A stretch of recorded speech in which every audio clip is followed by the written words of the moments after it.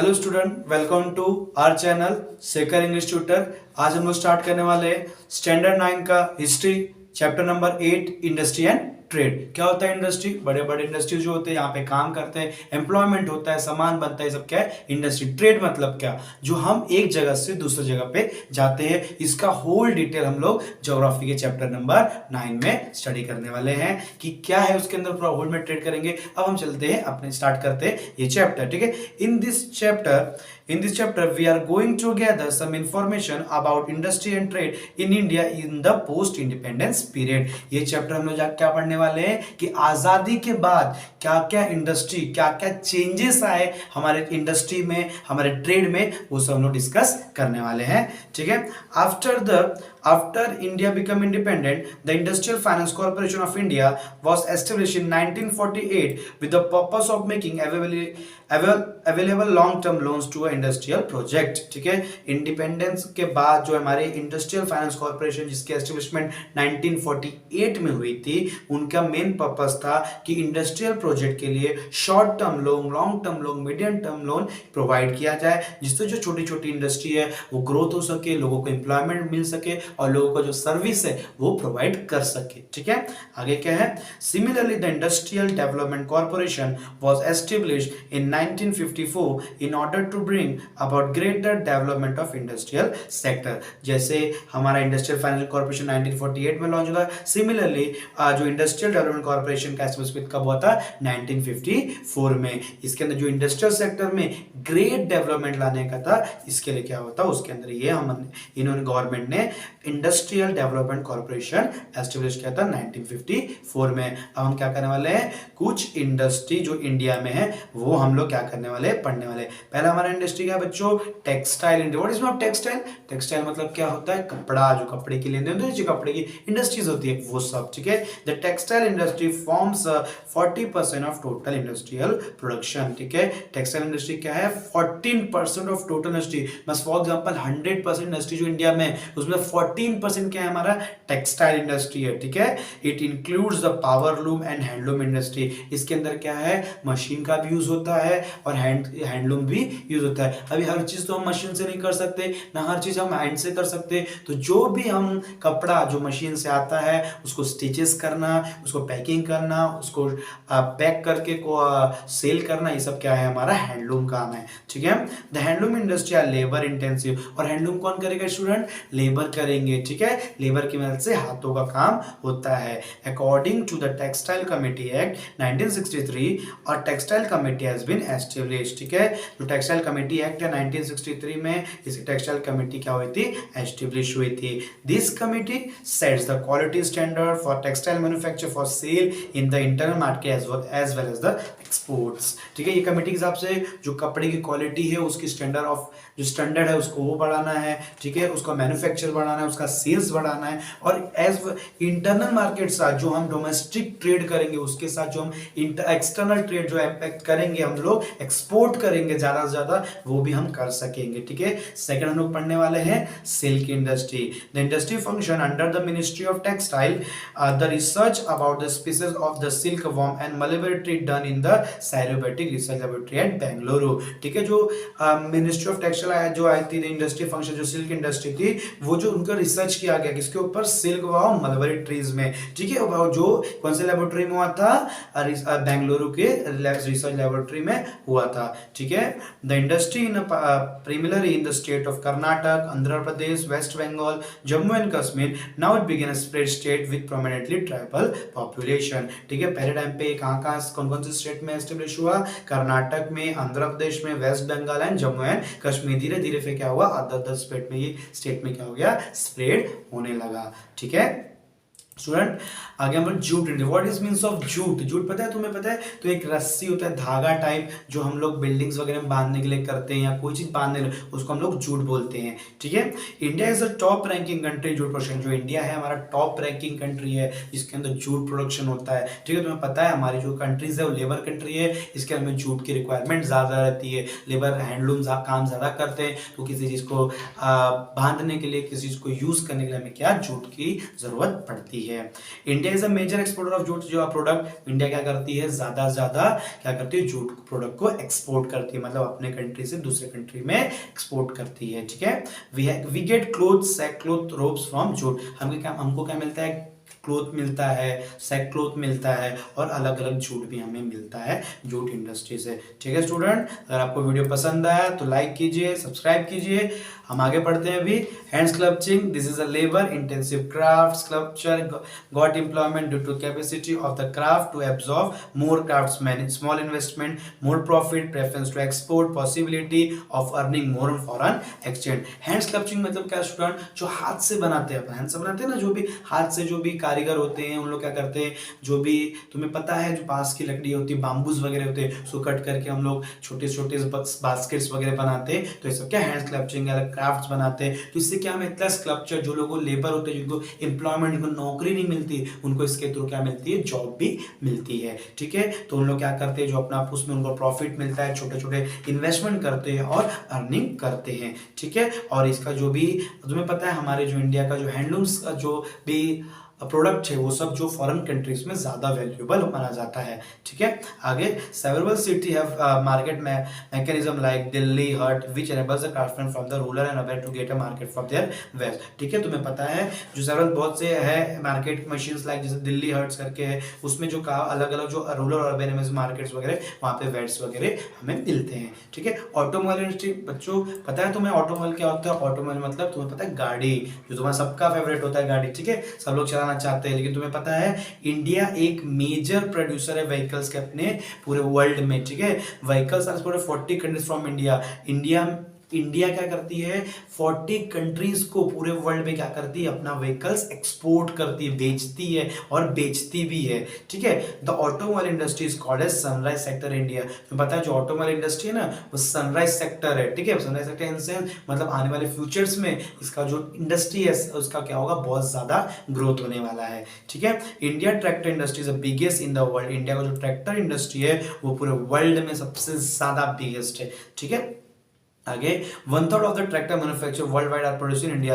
1/3 part. ठीक है student, जो क्या है पूरे इंडिया क्या करती है, पूरे वर्ल्ड में 1/3 ऑफ ट्रैक्टर क्या से इंडिया से क्या होता है, एक्सपोर्ट होता है अदर कंट्रीज में। ठीक है, tractor manufacture India exported to Turkey, Malaysia, other countries in Africa. ठीक है, कहाँ कहाँ अपना एक्सपोर्ट होता है, ट्रैक्टर मैन्युफैक्चर कहाँ मैन्युफैक्चर होती है इंडिया में, एक्सपोर्ट होती है टर्की, मलेशिया और अदर जो अफ्रीकन कंट्रीज है वहां पे क्या होती है, एक्सपोर्ट्स किया जाता है। ठीक है स्टूडेंट, आगे सीमेंट इंडस्ट्री, सबको पता है सीमेंट क्या होता है, जो इंफ्रास्ट्रक्चर बनाने के लिए यूज होता है। The role of cement industry is important in the development housing and infrastructure. ठीक है, जो सीमेंट इंडस्ट्री का रोल है वो किसके लिए इंपॉर्टेंट है, जो घर बनाने के लिए, इंफ्रास्ट्रक्चर बनाने के लिए हमें क्या रिक्वायरमेंट रहती है, सीमेंट इंडस्ट्री, लार्ज अमाउंट में हमें सीमेंट की रिक्वायरमेंट रहती है। ठीक है, आगे this country is one of the most technological advance. ठीक है, जो इंडस्ट्री है बहुत ज्यादा टेक्निकल है, बहुत ज्यादा एडवांस हो चुकी है। India is currently as an important producer of cement in the world. India क्या है,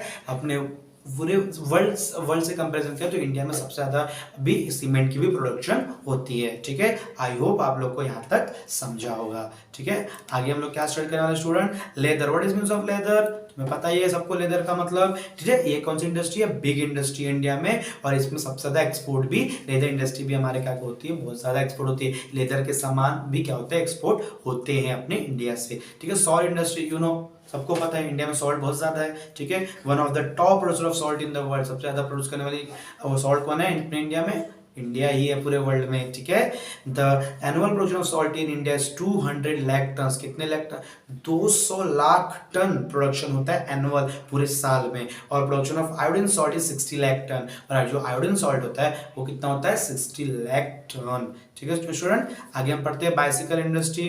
India is the leading producer of bicycle in the world. India क्या करती है, जो बाइसिकल है उसको भी एक्सपोर्ट करती है पूरे वर्ल्ड में। Bicycle are made in state of Punjab, Tamil Nadu.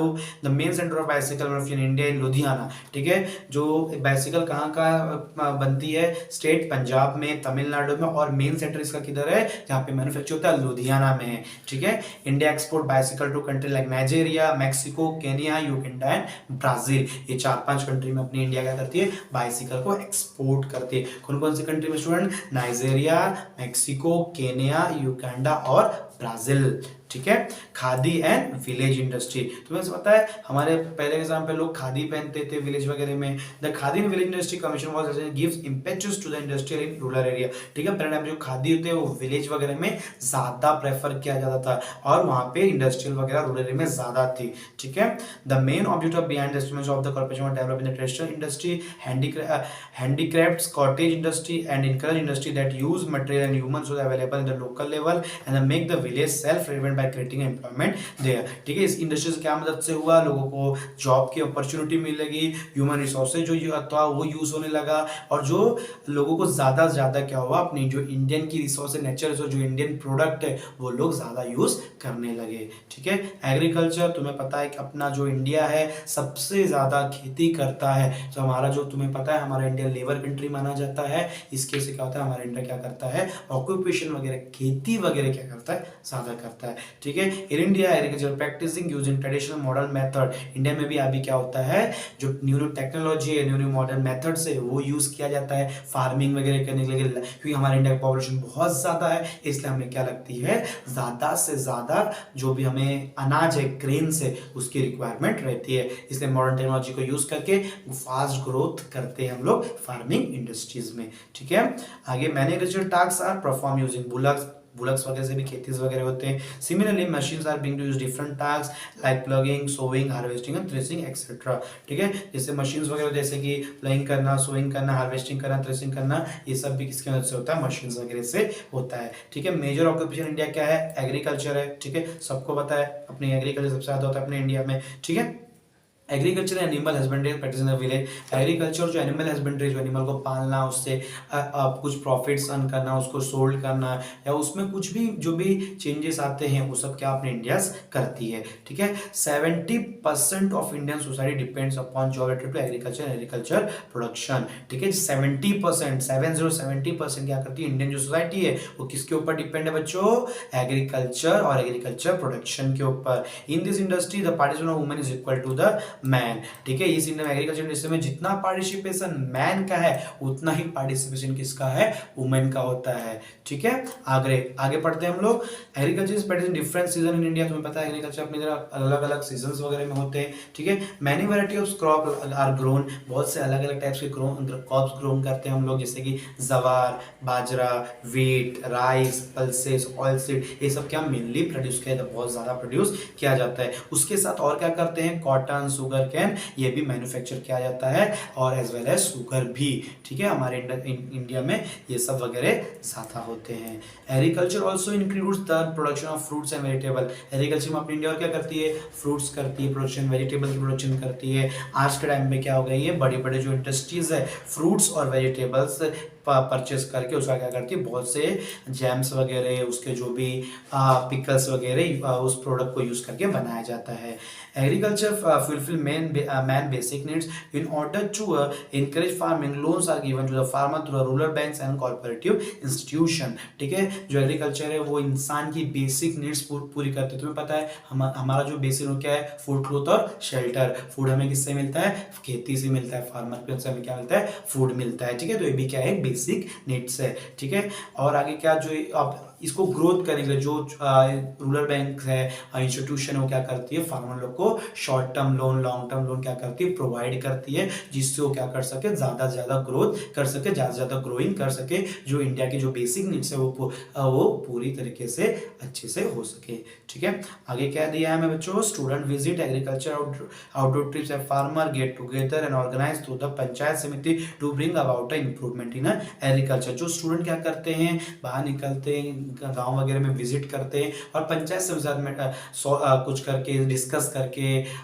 उनको टेक्नोलॉजी के बारे में बता के उनको बताते हैं कि कुछ जो टेक्नोलॉजी यूज करें उसके अंदर कुछ ना कुछ क्या है, इंप्रूवमेंट आ सके, जो फार्मर का काम आसान कर दे और क्या ज्यादा से ज्यादा ग्रोथ कर सके, ठीक है। आगे tools and implement seeds fertiliser also supply, ठीक है, उन लोग क्या सीड्स वगैरह टूल्स वगैरह फर्टिलाइजर वगैरह क्या करते हैं, सप्लाई करते हैं। तो farmer are given training regarding soil testing, nursery of fruit plant, pisciculture, poultry, cattle, goat, good rearing, dairy farming etcetera, ठीक है। फार्मर क्या उनको ट्रेनिंग मिलता है कि सॉइल कैसे देखा जाए, उसकी टेस्टिंग कैसे करते हैं, कैटल गोट वगैरह को उनको कैसे रखा जाता है, उनको ट्रेनिंग कैसे दिया है, ये सब क्या करते हैं उनको ट्रेनिंग दिया जाता है। Financial acid given to build warehouse for storing of farm produce, ठीक है, उनको फाइनेंशियल पैसे से हेल्प किया जाता है कि जो प्रोडक्शन करते हैं, जो ग्रोथ करते हैं वेजिटेबल्स का, उसको कहाँ पे रखेंगे, तो उसके लिए क्या वेयर हाउस, गोडाउन्स वगैरह बनाए जाते हैं। फाइनेंशियल क्या करते हैं, उनको हेल्प किया जाता है, ठीक है। India is rapidly becoming independent food and production of farming technique, modern technique like drip irrigation, organic farming are used in farming, ठीक है। इंडिया कहती है इंडिपेंडेंट है, मतलब वो फूड ग्रेन से रिलेटेड किसी के ऊपर भी डिपेंड नहीं है। मॉडर्न टेक्निक यूज होता है इरिगेशन करने के लिए, ऑर्गेनिक फार्मिंग करने के लिए, जो फार्मिंग वगैरह ज्यादा कंफर्टेबल होता है। आई होप सबको समझ रहा होगा, ठीक है। चलो, policy of the central government, जो हमारी सेंट्रल गवर्नमेंट की पॉलिसी क्या है, 4th 5-year प्लान है। Focus of place paper industry, pharmaceutical industry, motor tractor industry, leather goods, textile industry, food processing industry, oil, colour, sugar industry etcetera. जो हमारे 4th 5-year plan क्या है कि हमारे जो इंडिया है किसके ऊपर फोकस करती है, motor tractor industry, leather industry, pharmaceutical industry, textile industry, food processing industry, इस पे ज्यादा, क्योंकि आने वाले टाइम में, आने वाले फ्यूचर्स में ये सबकी जो रिक्वायरमेंट्स है, जबकि जो नीड्स है वो ज्यादा बढ़ने वाली है, ठीक है। इसके लिए गवर्नमेंट ने इसके ऊपर ज्यादा ध्यान दिया है। According to industrial licensing policy of 1970, all those factory requiring an investment of more than 5 crore rupees were to be included to heavy industry. Industrial licence policy 1970 के हिसाब से जो भी factory more than 5 crore rupees investment करती है, वो उसमें क्या हैवी इंडस्ट्री वगैरह उसके अंदर प्लांट किए जाते हैं। The big industry houses and foreign companies were allowed to invest in heavy industry and that were not reserve for public sector, ठीक है। जो फॉरेन कंट्रीज वगैरह जो लोग होते हैं वो भी क्या कर सकते हैं, यहाँ पे आके इन्वेस्टमेंट कर सकते हैं। इसके अंदर जो ऐसा जो पब्लिक सेक्टर जो रिजर्व है वो यहाँ पे कंपलसरी नहीं है, ठीक है। As a result of this policy, by the end of 1973, 3,18,000 small industry were registered with the government registration office, ठीक है। 1972 में 3,18,000 स्मॉल इंडस्ट्री क्या हुए थे, रजिस्टर हुए थे गवर्नमेंट रजिस्ट्रेशन ऑफिस में, ठीक है। अब आगे हम पढ़ने वाले क्या है, mineral wealth, the availability of mineral, iron, coal plays major industry development of a country, ठीक है। मिनरल में जो हमारे इंडिया में मिनरल्स है, आयरन है, कोल्स है, ये सब में क्या इनकी डेवलपमेंट ज्यादा होती है हमारी कंट्रीज में, ठीक है। तो इन्हें क्या स्टोर करके रखा जाता है, जैसे कि iron, manganese, coal, mineral in our country, सब हमारा क्या है, मिनरल्स वगैरह है, ठीक है। नेचुरल रिसोर्सेज वगैरह है, ठीक है। फॉरेस्ट रिसोर्स क्या है, government has reserve some for industry based on forest, जो गवर्नमेंट ने क्या किया है, कुछ जो फॉरेस्ट है उसको रिजर्व करके रखा है फॉरेस्ट रिसोर्सेज के लिए। The task of conservation of the forest is done by central government, state government, by the local people. और इनका जो उनको कंजर्व, उनको जो बचा के कैसे रखा जाए, किसका काम है, पहला है हमारा सेंट्रल गवर्नमेंट का, फिर है स्टेट गवर्नमेंट का, और तीसरा क्या है, लोकल पीपल, जो वहाँ के लोग हैं उनका ये क्या है, जिम्मेदारी है, उनका एक डिसीजन है कि उनको ये लेना चाहिए, उस पर उनको केयर करना चाहिए कि उन लोगों उस पर जरूर, क्योंकि उनकी नीड्स है, वो उनकी आगे वाले फ्यूचर में रिक्वायरमेंट होने वाली है उसकी। Forest are necessary for like raw material for industry like construction, paper, newsprint, silk, match boxes, medical herbs, honey, lacquer, raw material needed for a paint, ठीक है। जो जितने भी हमने अभी पढ़ा, जैसे कि कंस्ट्रक्शन, पेपर, न्यूज प्रिंट, हमें क्या लगने वाले हैं, आने वाले फ्यूचर में बहुत इसकी रिक्वायरमेंट होने वाली है, ठीक है। फिशरीज तुम्हें पता है, मच्छीज वगैरह, ठीक है, बहुत से water fish, fresh water fish found in river, canals, Pond's and lake, बहुत से फिश क्या फ्रेश वाटर फिश में पाए जाते हैं, जैसे कि छोटे छोटे रिवर, कैनल्स में, लेक्स में क्या कहते हैं, फिश वगैरह पाए जाते हैं, ठीक है। Harbours are built, old harbours have been redeveloped, fish sheets, incubation centre, fishing industry training centre have been provided for growth of the industry, ठीक है। जो हार्बर्स है वो क्या करते हैं, बिल्ट, जितने भी ओल्ड हार्बर्स है वो सबको रीडेवलप करने के लिए, फिश की जो ग्रोथ है उसको बढ़ाने के लिए क्या है, फिशिंग इंडस्ट्री, उनको ट्रेनिंग सेंटर भी खोला गया है, उनकी कि उनको ज़्यादा से ज़्यादा क्या कर सके, इंफॉर्मेशन प्रोवाइड कर सके। ठीक है, tourism, you know the tourism. ठीक है, टूरिज्म बहुत सारे टाइप के होते हैं, internal tourism, international tourism, domestic tourism, ठीक है, ज्योग्राफिकल टूरिज्म। तो हम उसमें से कुछ टाइप्स पढ़ने वाले हैं। India as a rich culture heritage, तुम्हें पता है हमारे इंडिया में बहुत सारे रिच है, मतलब भगवान की देन, हमारे पास बहुत ज़्यादा हेरिटेज है अपने इंडिया में। उधर बहुत सारे वर्शिप है, रिलीजन प्लेसेस है, पिलग्रिमेज सेंटर है, ठीक है, रिवर्स, फोर्ट्स, केव एक्सेट्रा। हमारे कंट्री में बहुत से टूरिस्ट आते हैं यहाँ पे, क्या करते हैं, अब्रॉड से थ्रू आउट द ईयर, क्योंकि हमारा जो सीजन्स है वो बहुत अच्छा होता है, बहुत ज़्यादा हमें बेनिफिशियल देता है। टूरिस्ट वगैरह यहाँ पे आकर टूर करते हैं, ये सब जो हेरिटेज है हमारा इंडिया का हेरिटेज है उसको क्या करते हैं, डेवलप करते हैं और उसे देखते भी है। और जो हमारी इंडियन गवर्नमेंट है टूरिस्ट डेवलपमेंट के लिए क्या करती है, इस पे बहुत सारे प्रोजेक्ट चलाए गए हैं। ठीक है, sale of the curious in the hotel industry thrives at tourist place. ठीक है, जो उनका जो अलग उनके लिए रहने की प्रबंध किया गया, उनको ऊपर छोटी छोटी इंडस्ट्री जो बनाए गए उनको विजिट करने के लिए, और छोटे जो वेयरिंग हाउस है वो भी रखे गए हैं, और ठीक है होटल्स वगैरह उनको बनाए गए हैं रखने के लिए, रहने के लिए, कि वो आए जब यहाँ पे विजिट करें, टूरिस्ट करें, तो उनको कोई भी फैसिलिटी की कमी ना हो। ठीक है, in some places there are guides who give information tourist about that area. ठीक है, कुछ गाइड्स होते हैं जो लोगों को नॉलेज नहीं होती है, वो यहाँ पे आते हैं, उनको गाइड्स प्रोवाइड करते हैं, गाइडर की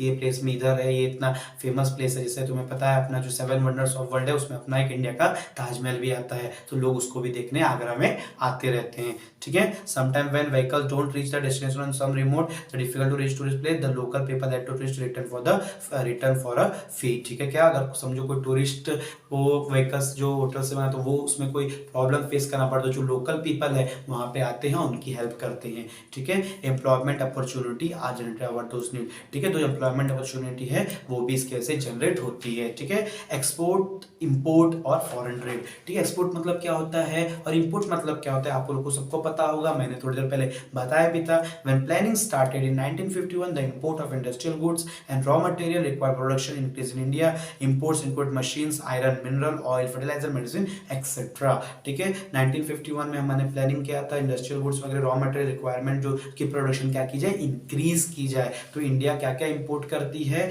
जैसे कि machines, iron, minerals, oil, fertiliser, medicine etcetera. ठीक है, और इंडिया क्या एक्सपोर्ट भी करती है कुछ इंडिपेंडेंस के बाद, जैसे कि वैल्यूएबल फॉरेन एक्सचेंज। जैसे कि इंडिया क्या क्या एक्सपोर्ट करती है, T, coffee, spices, cotton, textile, leather, foodware, pearls, precious stones etcetera. ठीक है, ये सब इंडिया क्या करती है, एक्सपोर्ट करती है। ठीक है, आगे है क्या, इंटरनल ट्रेड। इंटरनल ट्रेड मतलब क्या, one state to other state, one city to another city, one place to other place. ठीक है, ये सब क्या है, इंटरनल ट्रेड है। ठीक है, जैसे वो इंटरनल ट्रेड किसके थ्रू होता है, रेलवे, वाटरवेज और रोडवेज के थ्रू और एयरवेज के थ्रू भी होता है। तुम्हें पता है अपने मुंबई में क्या पोर्ट्स वगैरह हैं, कोलकाता, कोचीन, चेन्नई, ये सब इंपॉर्टेंट पोर्ट्स है जहाँ पे ये सब ट्रेड किया जाता है।